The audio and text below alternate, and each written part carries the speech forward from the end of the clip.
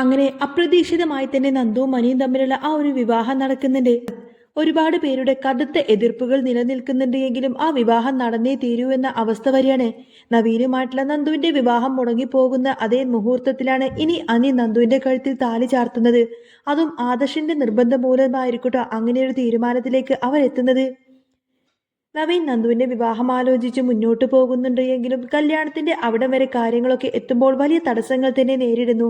നന്ദുവിന് ഈ ബന്ധത്തോട് എതിർക്കാൻ പറ്റാത്ത സാഹചര്യമായി. അനിക്കും നന്ദുവിനും വലിയ സങ്കടമുണ്ട് എങ്കിലും അവർ നിസ്സഹായരാണ്. എന്നാൽ വിവാഹ മുഹൂർത്തങ്ങളിൽ നവീന്റെ വീട്ടുകാർ ചില പ്രശ്നങ്ങൾ ഉണ്ടാക്കുകയും ആ വിവാഹം അവിടെ വെച്ച് മുടങ്ങിപ്പോവുകയും ചെയ്യുന്നു. ആ തക്കത്തിനാണ് അനി നന്ദുവിനെ സ്വന്തമാക്കുന്നത്. ജാനകിക്കോ ഗോവിന്ദനോ കനകദുർഗക്കോ ഈ കാര്യത്തിൽ ഒട്ടും തന്നെ താല്പര്യമില്ല എങ്കിലും അവർക്കത് കണ്ടു നിൽക്കേണ്ടി വരികയാണ്. വിവാഹത്തിന് ശേഷം അനിയും നന്ദുവും ഒരുപാടധികം പ്രതിസന്ധികൾ നേരിടാൻ പോകുന്നുണ്ട്. അപ്പോൾ അതിൻ്റെയൊക്കെ ഡീറ്റെയിൽഡ് വീഡിയോ കേട്ടോ പറയാൻ പോകുന്നത്. നിങ്ങൾക്ക് ഈ ഒരു ചാനൽ ഇഷ്ടമാണെങ്കിൽ സബ്സ്ക്രൈബ് ചെയ്യാനും സപ്പോർട്ട് ചെയ്യാനും മറക്കല്ലേ. വീഡിയോ ഇഷ്ടമാണെങ്കിൽ ഒരു ലൈക്കും ഹൈപ്പൊക്കെ തന്ന് സപ്പോർട്ട് ചെയ്യണേ കേട്ടോ. അങ്ങനെ നവീൻ തൻ്റെ വീട്ടിൽ മുത്തശ്ശനോട് സംസാരിക്കുന്നുണ്ട്. നവീൻ പറയുന്നുണ്ട്, മുത്തശ്ശ, ഞാൻ മുൻപ് ഒരു പെൺകുട്ടിയുടെ കാര്യം സൂചിപ്പിച്ചിരുന്നല്ലോ. എനിക്ക് ആ പെൺകുട്ടിയെ ഉടനെ തന്നെ വിവാഹം കഴിക്കണമെന്ന് പറയും. ഇത് കേട്ട മുത്തശ്ശൻ ചോദിക്കുന്നുണ്ട്, മോനെ, ആരാണ് ആ പെണ്ണ്? നീ നിന്റെ അമ്മയെ പറഞ്ഞ് സമ്മതിപ്പിക്കാൻ നോക്ക്.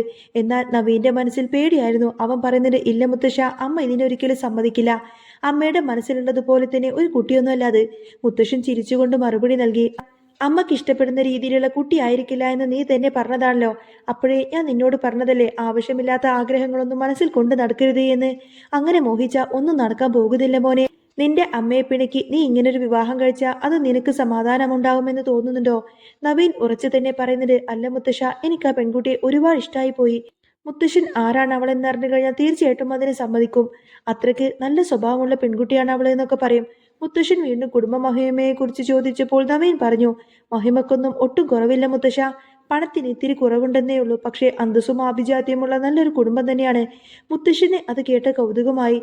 നമ്മുടെ പരിചയമുള്ള ആരെങ്കിലുമാണോ എന്ന് ചോദിക്കുന്ന സമയത്തന്നെ നവീൻ വെളിപ്പെടുത്തി, അനന്തപുരിയിലെ മൂർത്തി മുത്തശ്ശനെ അറിയില്ലേ? അദ്ദേഹത്തിന് സ്വന്തം കൊച്ചുമോളെ പോലെയാണ് ആ കുട്ടി. മുത്തശ്ശൻ അത്രയും പ്രിയപ്പെട്ടവളാണ്. മൂർത്തി സാറിന്റെ പേര് കേട്ടപ്പോൾ മുത്തശ്ശന്റെ നിലപാടങ്ങ് മാറി.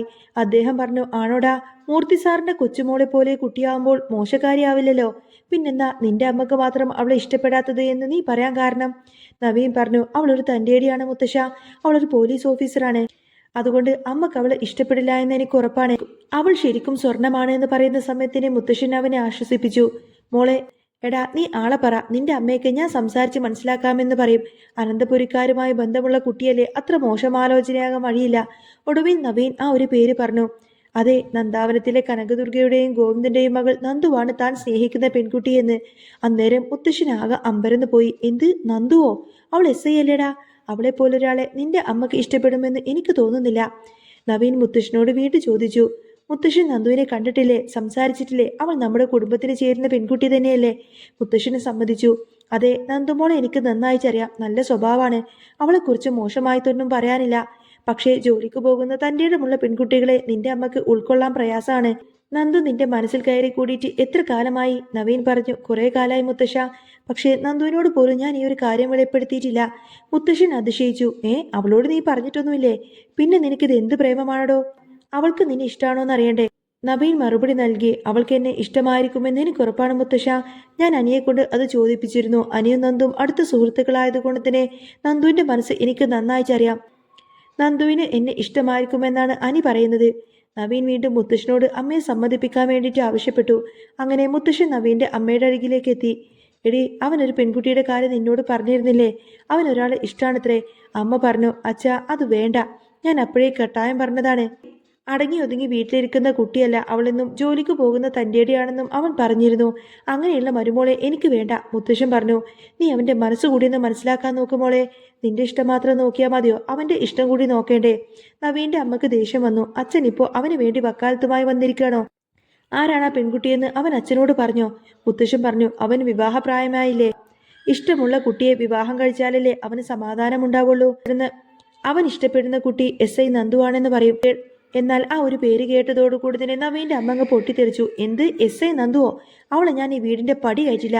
അവളുടെ വേഷവും നടപ്പും രീതിയൊക്കെ കണ്ടില്ലേ? മുടിയൊക്കെ വെട്ടിയിട്ട് പോലീസ് വേഷം കെട്ടി ആരെയും കൂസലില്ലാതെ അവളുടെ ആ ഒരു നടപ്പ്. അങ്ങനെയുള്ളവളേതായാലും എന്റെ മരുമകളായിട്ട് ഈ വീട്ടിൽ വാഴേണ്ട. അവര് വേണമെങ്കിൽ അവളെ കെട്ടിയിട്ട് വേറെ എങ്ങോട്ടെങ്കിലും പോയിക്കോട്ടെ. മുത്തശ്ശൻ വിട്ടുകൊടുത്തില്ല. നന്ദുവിന് എന്ത് കുറവാണുള്ളത്? നല്ല വിദ്യാഭ്യാസമുണ്ട്, മിടുക്ക് കുട്ടിയാണ്. ഇന്നത്തെ പെൺകുട്ടികൾ അങ്ങനെ ആവണമെന്നാണ് എല്ലാവരും ആഗ്രഹിക്കുന്നത്. അവൻ നിന്റെ സമ്മതത്തിനായി ഇത്രയും കാലം കാത്തിരുന്നു. അതുകൊണ്ട് നീ അത് സമ്മതിക്കണം. ഒടുവിൽ നവീന്റെ അമ്മ പറഞ്ഞു, അച്ഛൻ അങ്ങനെ നിർബന്ധിക്കുകയാണെങ്കിൽ ഞാൻ സമ്മതിക്കാം. പക്ഷേ അവളുടെ വീട്ടുകാർക്കും കൂടി സമ്മതമാണെങ്കിൽ മാത്രം മതി ഈ കല്യാണം. അതേസമയം നവീൻ അനിയെ വിളിച്ച് വിവരം പറഞ്ഞു. അനി, അമ്മ നന്ദുവിനെ വിവാഹം കഴിക്കാൻ സമ്മതിച്ചു. അടുത്ത ദിവസം തന്നെ ഞങ്ങൾ പെണ്ണ് ചോദിക്കാൻ വേണ്ടി അവളുടെ വീട്ടിലേക്ക് പോകും. ഇത് കേട്ടതോടുകൂടി തന്നെ അനി ആകെ തകർന്നു പോയി. നവീന് നന്ദുവിനെ ഇഷ്ടമാണെന്ന കാര്യം അവൻ ഇതുവരെ നന്ദുവിനോട് പറഞ്ഞിരുന്നില്ല. അനി ഉടനെ തന്നെ നന്ദുവിനെ കാണാൻ പോയി. നന്ദു ചോദിച്ചു, നീ എന്തിനാ ഈ സമയത്ത് ഇങ്ങോട്ടേക്ക് വന്നത്? അനി കുറ്റബോധത്തോടെ പറഞ്ഞു, നന്ദു, നീ എന്നോട് ക്ഷമിക്കണം. നവീൻ ഒരു പെൺകുട്ടി ഇഷ്ടമാണെന്ന് ഞാൻ നിന്നോട് പറഞ്ഞിട്ടില്ലേ?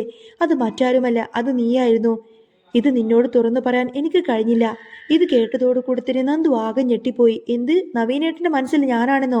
അദ്ദേഹം എന്നോട് അങ്ങനെയൊന്നും പറഞ്ഞിട്ടില്ലല്ലോ. അനി പറഞ്ഞു, അദ്ദേഹം എന്നോട് പറഞ്ഞിരുന്നു. പക്ഷേ ഇത് നിന്നോട് പറഞ്ഞാൽ നിന്റെ മനസ്സിൽ അദ്ദേഹത്തോട് ഇഷ്ടം തോന്നുമോ എന്ന് ഞാൻ ഭയന്നു. നമുക്കൊരുമിച്ച് ജീവിക്കണമെന്ന് നമ്മൾ രണ്ടുപേരും തീരുമാനിച്ചതല്ലേ. പക്ഷേ ഇപ്പോൾ നവീന്റെ വീട്ടുകാർ ഈ വിവാഹത്തിന് സമ്മതിച്ചു. അവർ ഉടനെ തന്നെ നിന്റെ വീട്ടിൽ വന്ന് പെണ്ണ് ചോദിച്ചു വരും. നന്ദു ആകെ വിഷമത്തിലായി. ഇതൊരു വലിയ ചതിയായി പോയല്ലോ അനി. നീ എന്തുകൊണ്ടാണ് നവീന്റെ കാര്യം ഇതുവരെ എന്നോട് പറയാതിരുന്നത്? അനി പറഞ്ഞു, അദ്ദേഹം എന്നെ അത്രയധികം സഹായിച്ചിട്ടുണ്ട്. അതുകൊണ്ട് എനിക്ക് ഇതുവരെ സത്യം പറയാനുള്ള ധൈര്യം ഉണ്ടായിരുന്നില്ല നന്ദു. ഇപ്പൊ കാര്യങ്ങളെല്ലാം കൈവിട്ടു പോയി. നന്ദു ദേഷ്യപ്പെട്ട് അവിടെ നിന്ന് പോയി. അടുത്ത ദിവസം തന്നെ നവീന്റെ മുത്തശ്ശനും അമ്മയും നന്ദാവനത്തിലേക്കെത്തി. കനകദുർഗയും ഗോവിന്ദനും അവരെ സ്നേഹത്തോടെ തന്നെ സ്വീകരിച്ചു. മുത്തശ്ശൻ പറഞ്ഞു, ഞങ്ങൾ ഒരു വലിയ കാര്യത്തിന് വേണ്ടി വന്നതാണ്. നിങ്ങളുടെ മകൾ നന്ദുവിനെ നവീന് വേണ്ടി വിവാഹം ആലോചിക്കാൻ വന്നതാണ് എന്ന് പറയും. ഗോവിന്ദനും കനകദുർഗയും അത് കേട്ട് അതിശയിച്ചു. കനകദുർഗ ചോദിക്കുന്നുണ്ട്, നവീന് എന്റെ മോളെ ഇഷ്ടാണോ? മുത്തശ്ശൻ പറഞ്ഞു, അതെ, അവന് നന്ദുവിനെ ഒരുപാട് ഇഷ്ടമാണ്. ഞങ്ങളുടെ കുടുംബത്തിനും ഇതിൽ പരം സന്തോഷമേ ഉള്ളൂ. കനകദുർഗ സന്തോഷത്തോടെ പറഞ്ഞു, നന്ദു ഇവിടുത്തെ മിടുക്കിയാണ്. അവൾ ഇത്തിരി തന്റെ ഇടമുണ്ടെങ്കിലും നല്ല സ്വഭാവക്കാരിയാണ്. ഗോവിന്ദൻ പറഞ്ഞു, ഞങ്ങൾക്ക് തരാൻ വലിയ സമ്പത്തൊന്നുമില്ല. മുത്തശ്ശൻ പറയുന്നുണ്ട്, അതിനെ ഞങ്ങൾ പണമല്ല നോക്കുന്നത്, മോളുടെ സ്വഭാവമാണ്. അങ്ങനെ ആ ഒരു സംസാരത്തിനിടയിൽ തന്നെ അവരുടെ വിവാഹം ഉറപ്പിച്ചു. നന്ദു വൈകിട്ട് വീട്ടിലേക്ക് എത്തിയപ്പോൾ കനകദുർഗ വിവരം പറഞ്ഞു. നന്ദു, നിനക്ക് നവീനെ ഇഷ്ടമായിരുന്നുവല്ലേ? അവന്റെ വീട്ടുകാർ വന്ന് പെണ്ണ് ചോദിച്ചു. ഞങ്ങൾ ആ ബന്ധം അങ്ങ് ഉറപ്പിക്കുകയും ചെയ്തു. കല്യാണം ഉടനെ തന്നെ ഉണ്ടാവുമെന്ന് പറയും. നന്ദു തർക്കിച്ചു, എനിക്ക് കല്യാണമൊന്നും വേണ്ട. അന്നേരം കനകദുർഗ ദേഷ്യപ്പെട്ടു, നീ എന്തിനാണ് ഇപ്പോൾ ഇങ്ങനെയൊക്കെ പറയുന്നത്? അവന്റെ വീട്ടുകാർ ഇവിടെ വന്നപ്പോൾ നീ ഒന്നും തന്നെ പറഞ്ഞില്ലല്ലോ. ഞങ്ങൾ ഏതായാലും അവനക്ക് വാക്ക് കൊടുത്തു പോയി. ഇനി ഏതായാലും ഈ വിവാഹം നടക്കണം, നടന്നേ പറ്റൂ. അന്നേരം നന്ദു കരഞ്ഞു കൊടുത്തനെ അനിയെ വിളിച്ച് വിവരം പറഞ്ഞു. ഇരുവരും എന്ത് ചെയ്യണമെന്നറിയാതെ നിസ്സഹായായി നിന്നു. വിവാഹത്തിന് എല്ലാവരും സമ്മതിച്ചുവെങ്കിലും അനി ആകെ തകർന്നിരിക്കുകയാണ്. എന്നാൽ ഈ വിവാഹം മുടക്കാൻ വേണ്ടി ജലജ പദ്ധതിയിടുന്നു. നന്ദു മിടുക്കനായ ഒരാളുടെ വീട്ടിലേക്ക് മരുമകളായി പോകുന്നത് ജലജയ്ക്ക് ഒട്ടും തന്നെ സഹിക്കാൻ കഴിയുന്നില്ല. ജലജ നവീന്റെ അമ്മയെ വിളിച്ച് നന്ദുവിനെ പറ്റി അപവാദം പറഞ്ഞു കൊടുത്തു. നന്ദുവിനെ സൂക്ഷിക്കണം, അവൾ അനിയുമായി ബന്ധമുണ്ട്. ആ ബന്ധം കാരണമാണ് അനാമികയുടെ വിവാഹബന്ധം പോലും തകർന്നത്. കൂടാതെ നവീന് പഴയൊരു കാമുകയുണ്ടെന്ന രീതിയിലൊക്കെ ഒരു പെൺകുട്ടി ജലജ കല്യാണ പന്തലിൽ എത്തിച്ചു. ആ പെൺകുട്ടി ആദർശിനെ കണ്ട് പറഞ്ഞു, നവീൻ എന്നെ പ്രണയിച്ചിരുന്നു. ഇതോടെ ആദർശും ആകെ ആശയക്കുഴപ്പത്തിലായി. വിവാഹ ദിവസം രാവിലെ തന്നെ നവീന്റെ അമ്മ വന്ന് പറഞ്ഞു, ഈ വിവാഹം ഒരിക്കലും നടക്കില്ല. നന്ദുവിന്റെ സ്വഭാവം ശരിയല്ല എന്ന് ഞാൻ അറിഞ്ഞു കഴിഞ്ഞു. ഇതോടുകൂടെ തന്നെ ആ ഒരു വിവാഹം അങ്ങ് മുടങ്ങി. എന്നാൽ ആദർശ് ഒരു ഉറച്ച തീരുമാനമെടുത്തു. കല്യാണ പന്തലിൽ വെച്ച് ആദർശ് പറഞ്ഞു, നവീന്റെ വിവാഹം മുടങ്ങിയ സ്ഥിതിക്ക് നന്ദുവിനെ അനി തന്നെ വിവാഹം കഴിക്കട്ടെ. അവർ പരസ്പരം ഇഷ്ടമാണെന്ന് എല്ലാവർക്കും അറിയാം. കനകദുർഗയും ഗോവിന്ദനും ഈ ഒരു കാര്യം ആദ്യം എതിർത്തുവെങ്കിലും ആദർശ് അവരെ കാര്യങ്ങളൊക്കെ ബോധ്യപ്പെടുത്തി. തന്നെ ഒടുവിൽ ആ ഒരു നിശ്ചയിച്ച മുഹൂർത്തത്തിൽ തന്നെ അനി നന്ദുവിന്റെ കഴുത്തിൽ താലി കെട്ടിയിരുന്നു. ജാനകിക്കും മറ്റുള്ളവർക്കും പൂർണ്ണ സമ്മതമല്ലായിരുന്നുവെങ്കിലും നന്ദുവും അനിയും ആ ഒരു നിമിഷത്തിൽ ഒന്നായി. അനി നന്ദുവിന്റെ കഴുത്തിൽ താലി കെട്ടിയതോടുകൂടി കല്യാണപ്പന്തലിൽ ഉണ്ടായ നാടകീയ രംഗങ്ങൾ അവസാനിച്ചുവെങ്കിലും യഥാർത്ഥ പോരാട്ടം തുടങ്ങിയിരിക്കുന്നതേ ഉണ്ടായിരുന്നുള്ളൂ. ആദർശിന്റെ കടുത്ത തീരുമാനത്തിന് മുൻപിൽ ഗോവിന്ദനും കനകദുർഗക്കും തലകുനിക്കേണ്ടി വന്നുവെങ്കിലും ജാനകിയുടെ കണ്ണുകളിൽ കനൽ എരിയുന്നുണ്ടായിരുന്നു. ഒരു പോലീസ് ഉദ്യോഗസ്ഥയെ മരുമകളായി സ്വീകരിക്കാൻ ജാനകി ഒട്ടും തന്നെ തയ്യാറായിരുന്നില്ല.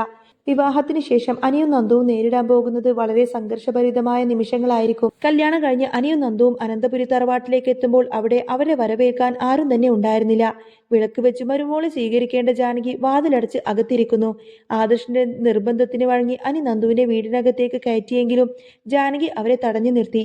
ഈ വീടിന്റെ ഐശ്വര്യം കളയാൻ ഒരു പോലീസുകാരിയെ ഞാൻ ഇങ്ങോട്ടേക്ക് ഇതിന്റെ അകത്തേക്ക് കയറാൻ അനുവദിക്കില്ല എന്ന ജാനകിയുടെ വാക്കുകൾ നന്ദുവിനെ തളർത്തി കളഞ്ഞു. എന്നാൽ നന്ദു തനതായ തന്റേതോട് പറഞ്ഞു, അമ്മേ, ഞാൻ ഈ വീട്ടിലേക്ക് വന്നത് അനിയുടെ ഭാര്യയായിട്ടാണ്, അല്ലാതെ SI നന്ദുവായിട്ടൊന്നുമല്ല. പക്ഷേ എൻ്റെ യൂണിഫോമിനെ ആക്ഷേപിച്ചാൽ എനിക്ക് സഹിക്കില്ല എന്ന് പറയും. ഇതേ സമയത്ത് തന്നെ നവീന്റെ മനസ്സിൽ നിറയെ പകയായിരിക്കും. തന്റെ ആത്മാർത്ഥ സുഹൃത്തായ അനി താൻ സ്നേഹിച്ച പെൺകുട്ടിയെ തന്നെ വിവാഹം കഴിച്ചു എന്നറിഞ്ഞതോടുകൂടി തന്നെ നവീൻ പൂർണ്ണമായും തകർന്നുപോയി.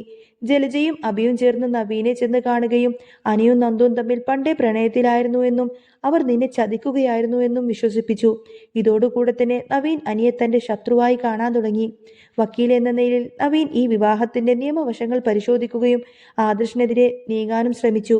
അങ്ങനെ വിവാഹം മുടക്കാൻ കഴിഞ്ഞില്ല എങ്കിലും നന്ദുവിനെ ആ വീട്ടിൽ നിന്നും പുറത്താക്കാൻ വേണ്ടി ജലജ പുതിയ പദ്ധതികളൊക്കെ മെനഞ്ഞു. നന്ദുവിന് മറ്റൊരു ബന്ധമുണ്ടെന്ന് വരുത്തി തീർക്കാൻ വേണ്ടി ചില വ്യാജ തെളിവുകൾ ജലജ ജാനകിയുടെ കൈകളിലേക്ക് എത്തിക്കുന്നു. കൂടാതെ നന്ദുവിന്റെ ഔദ്യോഗിക ജീവിതത്തിൽ തടസ്സങ്ങൾ ഉണ്ടാവാൻ ഉന്നത പോലീസ് ഉദ്യോഗസ്ഥരെ സ്വാധീനിക്കാനും ജലജ ശ്രമിച്ചിരുന്നു. നന്ദുവിന്റെയും അനിയുടെയും വിവാഹം നടന്നുവെങ്കിൽ പോലും അനി ആകെ കുറ്റബോധത്തിലാണ്.